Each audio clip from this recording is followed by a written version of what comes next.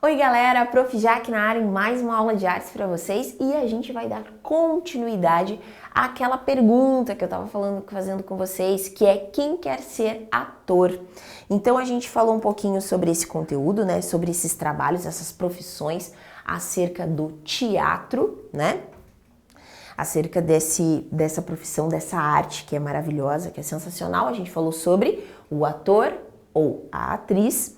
A gente falou sobre essa profissão, sobre toda a preparação técnica que esses profissionais, que rege esses profissionais para que eles tenham uma excelência, né, no seu trabalho, na execução, sobre o trabalho corporal e vocal que envolve expressividade, os jogos teatrais que ajudam, né, a desenvolver cada vez mais esses profissionais e a compor, né, os seus personagens com mais técnica, com mais excelência.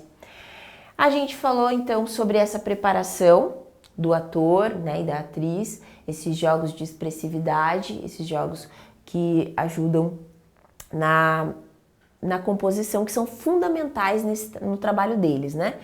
Que é um trabalho que antecede a cena, então é um trabalho que vem antes da ação, né, do material em si.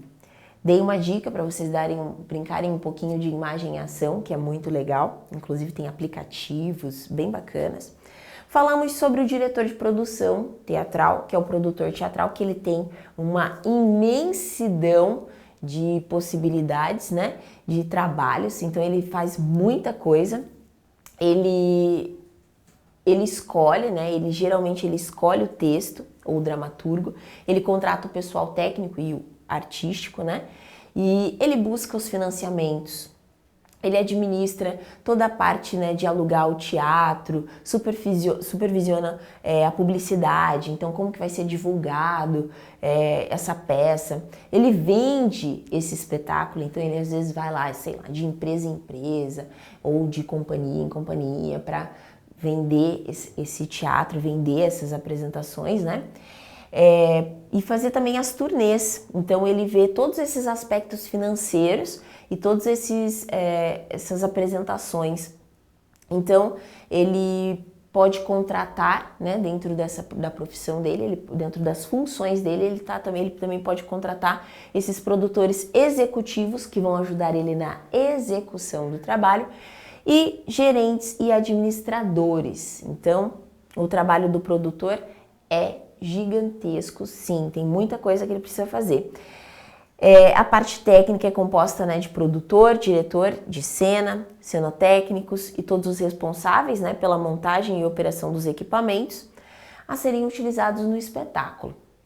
Então essa é uma das funções, né? Falamos também sobre o dramaturgo ou o ator, que é a pessoa que escreve a peça ou o roteiro, né, para os personagens e para a peça.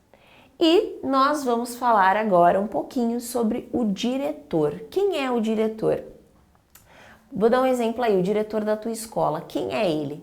Ele dirige o todo, né? Ele é a pessoa que está centralizada, é esse diretor, que a gente vai comunicar e a gente vai conseguir direcionar as funções e elas vão funcionar porque existe um responsável acerca disso. Então o diretor, ele tem a tarefa de dirigir um espetáculo de uma forma global. Então, tanto o diretor aí da sua escola, ele tá ali para que as coisas funcionem como um todo, né? De uma forma eficaz e tranquila, né? De uma forma positiva. Ele direciona o estilo, né, de interpretação, as marcações, os figurinos, a trilha sonora e a sonoplastia, a iluminação e a cenografia. Então o diretor, olha só quantas vertentes ele tem que trabalhar, quantas coisas ele tem que estar a par, né? Ele tem que, todas essas áreas têm que estar conectadas com ele. Então ele tem que estar por dentro disso tudo para que funcione, para que a peça aconteça. Mesmo que cada uma dessas tarefas tenha o seu profissional específico, o diretor é quem dá a palavra final e indica possíveis mudanças e adaptações de acordo com o que quer do espetáculo. É ele quem deve garantir a unidade do trabalho artístico. Então, o diretor, ele faz com que tudo funcione, né, de uma forma limpa, de uma forma única, né? Então, o exemplo que eu acabei de dar para vocês. Aí na direção da escola existem os professores, existem os coordenadores pedagógicos, né? Existem o pessoal da secretaria, existe o pessoal do administrativo, da gerência, tudo isso. Mas tudo está ali em torno também do diretor, a direção. Então ele se comunica com o todo e ele faz a comunicação do todo também, tá? No teatro, então, não é diferente. Inclusive, quando a gente vai fazer um trabalho, às vezes, um trabalho que é muito grande na escola, às vezes a gente sempre tem uma pessoa que é meio líder, que acaba tomando a frente, né, e acaba dirigindo. Olha, então vamos fazer assim, vamos dividir. Você vai ficar com tal parte, você vai ficar com tal parte, você com tal parte, eu vou ficar com tal parte.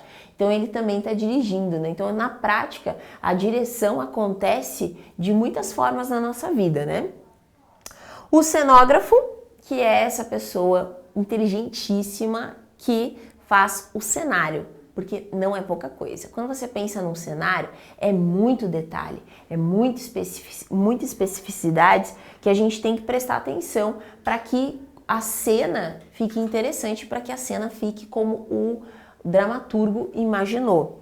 Então são os responsáveis, né, pela criação, supervisão e elaboração dos cenários ou pelo auxílio da montagem da cena.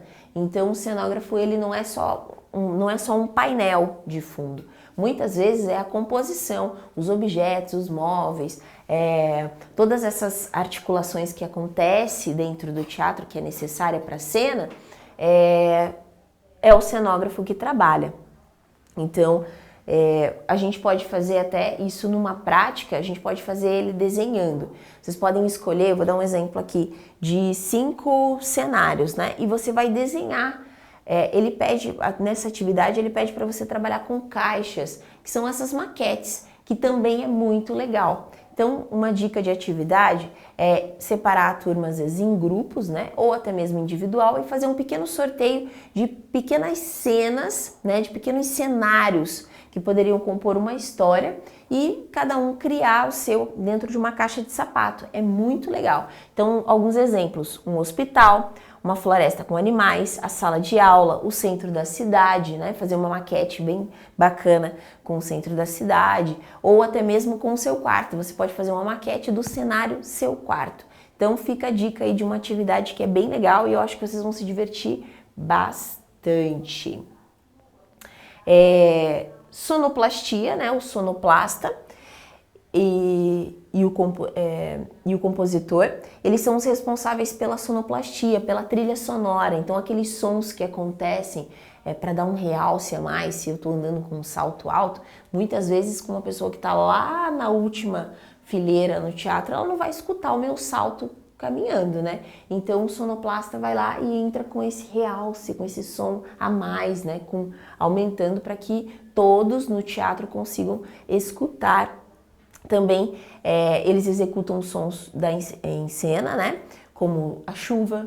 Às vezes, se eu preciso na cena que tenha chuva, o sonoplasta vai lá e vai trabalhar com esses. Normalmente esses sons eles já estão pré-armazenados, né? Eles já foram criados. A gente vai colocando na hora certa, que é muito difícil, porque se você for pensar que eu vou, sei lá, eu estou encenando um bruxo, um mago, e eu falo que vai chover, e vai chover agora, e o sonoplasta não está alinhado com o trabalho, não vai chover agora, entendeu? Você vai passar vergonha. Então o sonoplasta ele tem que estar alinhado com o teu trabalho, com o trabalho da cena em si, né? Os sons de animais, os sons da rua, etc. Então o sonoplasta ele trabalha com isso. Hoje ele é o designer do som, né? A grafia do som, que age como uma sutil rúbrica para o público ouvir.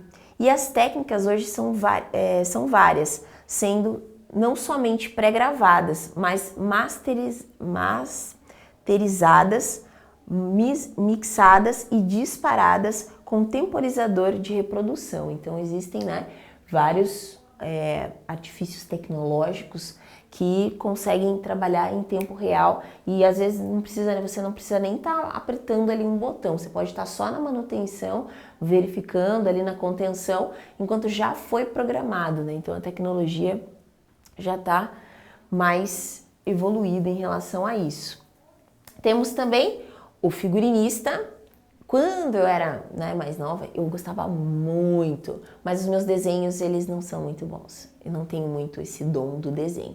Mas o figurinista, ele não é como um designer de moda, tá? Está dentro. Se você for fazer lá um curso, né, de design de moda e tal, você vai ter figurinista, mas o figurinista, ele também é um estudo que passa por época, né? Então os figurinos passam por questões atemporal, quais eram as características. Então o figurinista ele tem que estar muito a par e ele tem que estudar sim todas essas questões de tempo. Então ele tem que fazer pesquisa de imagem, de vídeo, para conseguir chegar lá a um figurino de teatro, por exemplo, de época, né? Romeu e Julieta, que é o caso.